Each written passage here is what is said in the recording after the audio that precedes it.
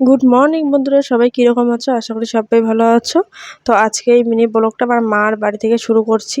তো এদিকে দেখো, বাবা বাজার করে এনেছে হলো পটল, আলু, বেগুন, মূলা, পেঁয়াজ, লঙ্কা আর শাক। সেটাই আজকে আমি রান্না করব। আর এদিকে কিন্তু ভাতটাও বসে দিয়েছি।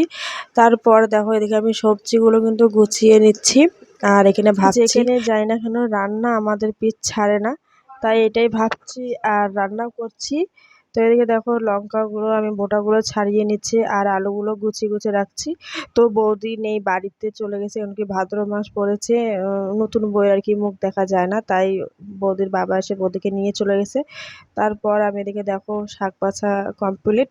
আর এদিকে আমি শাকগুলো বেছে, আর এদিকে আমি তোমাদেরকে দেখাচ্ছি যে সবজিগুলো গুছিয়ে নিয়েছি। তাই তারপর রান্না করে আমি চলে গিয়েছিলাম হলো চুল কাটতে।